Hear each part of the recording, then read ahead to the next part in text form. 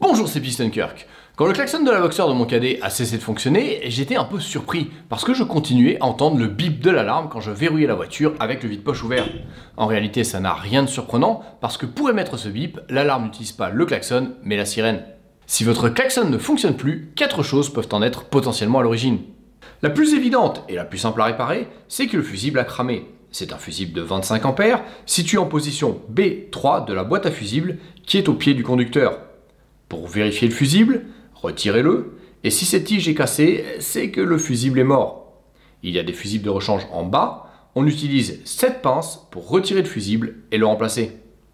Si ce n'est pas le fusible, ça peut aussi être le relais qui est situé en position 10 sur le tableau de relais placé juste au-dessus de la boîte à fusibles. Cette panne est possible, mais très peu probable. Le problème peut aussi venir du volant. Si le volant a été démonté, il est possible que le mécano ait oublié de rebrancher la prise du klaxon ou l'ait mal rebranché.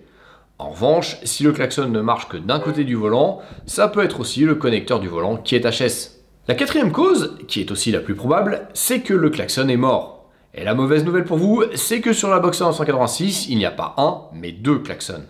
Un grave et un aigu. En clair, si vous n'avez plus de son du tout, c'est qu'il va falloir acheter deux klaxons neufs. Pat, de Pacific 986, m'expliquait que chaque fois qu'il démonte une Boxster pour en vendre les pièces, il y avait systématiquement un des deux klaxons qui était mort. C'est donc une panne assez courante. On peut encore trouver des klaxons de 986 neufs pour 53 € sur certains sites comme Design 911, mais ces pièces sont devenues rares. Certains revendeurs, dont les concessions Porsche, ne fournissent plus de klaxons de 986 neufs. À la place, ils vous proposent un klaxon de 987 avec un écrou d'adaptation pour avoir un filetage plus fin. Cet écrou a l'inconvénient de positionner le klaxon plus bas, ce qui complique le remontage lorsqu'on veut remettre la tige qui maintient les deux klaxons. L'autre inconvénient, c'est que la prise de la 987 n'est pas la même que celle de la 986. Donc, en plus du klaxon à 60 € pièce, il faudra aussi acheter un adaptateur à 25 €. Bref, le remplacement des deux klaxons vous coûtera 170 € en pièces chez Porsche. Bien entendu, vous n'êtes pas obligé d'aller acheter chez le concessionnaire. On trouve sur le net des klaxons originaux de 987 avec écrou d'adaptation pour 36 € au lieu de 60, soit une économie de 48 € pour la paire. Mais pour le câble d'adaptation, ça reste entre 20 et 25 €. Autodoc vous propose une alternative aftermarket imbattable, car au lieu de 170 € la paire chez Porsche, vous pouvez vous en tirer pour 17 € la paire, soit 10 fois moins. Par contre, pour ce prix, il faudra couper la prise d'origine et souder des connecteurs pour les brancher au klaxon. Le prix est attractif, mais comme l'eau qui ruisselle à l'angle du phare a tendance à couler dans le bouclier avant en longeant le câble des klaxons, personnellement, j'avais un peu peur que les connecteurs rouillent rapidement. Alors, j'ai pris les originaux. Comme d'habitude, je vous donnerai les références de toutes ces pièces dans le descriptif sous cette vidéo, afin que vous puissiez vous-même les trouver sur le net au meilleur prix. Maintenant que les choses sont claires, passons au démontage. Étape 1, démonter le pare-choc avant et les copes. J'ai déjà fait une vidéo qui explique en détail cette étape, donc si vous ne l'avez pas encore vue, je vous invite à la regarder, le lien est comme d'habitude dans le descriptif sous cette vidéo. Pour nous faciliter l'accès, on va aussi dévisser les 4 vis de l'écope de droite pour pouvoir la retirer. Je vous recommande fortement de profiter du fait que le pare-choc et les copes sont démontés pour enlever la saleté accumulée entre le radiateur de climatisation et celui du moteur afin d'améliorer le refroidissement, mais surtout pour éviter qu'il ne s'oxyde, car la saleté retient l'humidité. Là encore, cette opération est aussi expliquée dans la vidéo du démontage du pare-choc. La seule chose qui n'est pas expliquée dans cette vidéo est la façon de retirer la sonde de température. Mais cette opération est simple, il suffit de repousser le joint d'étanchéité vers l'arrière pour le sortir.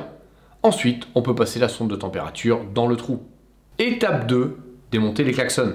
On peut tenter de démonter les klaxons directement en dévissant l'écrou du haut, puis en débranchant la prise en appuyant sur l'encoche arrière. Mais cette opération n'est possible que pour le klaxon des aigus en bas. Ça n'est pas possible pour celui des graves en haut, dont l'écrou est inaccessible.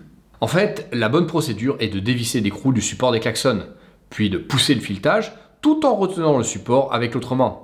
À présent, il est très facile de dévisser l'écrou des deux klaxons et de les débrancher. Mais attention, conservez l'écrou et la rondelle car les nouveaux klaxons sont fournissants.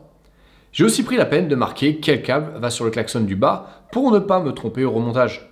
Avant de remonter le nouveau klaxon, je vais mettre l'adaptateur puis les tester séparément pour être sûr que le problème vient bien des klaxons et non d'un câble coupé. Comme les deux fonctionnent, on peut les remonter. En comparant les anciens klaxons de 986 avec les versions tirées de la 987, on se rend compte qu'il n'y a pas que la forme du connecteur qui est différente. Sa position aussi n'est pas la même. Donc, pour commencer, je vais les visser sur leur support sans serrer l'écrou trop fort afin de trouver la position la plus adaptée pour orienter la prise. Attention, n'oubliez pas que le klaxon aigu est en bas et le grave est en haut. Cette disposition est importante à respecter car comme les klaxons n'ont pas la même forme, si on inverse leur position, on ne pourra pas les remettre car c'est très étroit. Une fois que j'ai déterminé la position de celui du bas pour pouvoir facilement brancher la prise, je peux déjà serrer son écrou. Pour celui du haut, c'est impossible de serrer l'écrou, mais j'ai pu repérer comment orienter la prise. En fait, c'est très simple, elle doit être parallèle à la tige du klaxon du bas. Après avoir retiré le support et serré l'écrou du klaxon du haut, c'est nettement moins facile de remettre le support en place car les klaxons sont plus bas que ceux d'origine et les tuyaux du radiateur de climatisation gênent. Donc, si vous n'avez pas de climatisation, ce sera beaucoup plus simple pour vous. Une fois en place, on se rend compte à quel point c'est serré, car le klaxon touche presque la carrosserie, ce qui n'était pas le cas des originaux.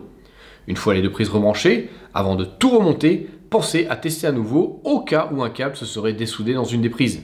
Comme tout fonctionne, on peut remettre les copes sans oublier de remboîter la sonde de température. Et pour finir, on peut remonter le pare-choc. Voilà, c'est terminé. Au final, c'est une opération relativement simple qui peut être bouclée en moins de 2 heures par un débutant. Allez, à la prochaine!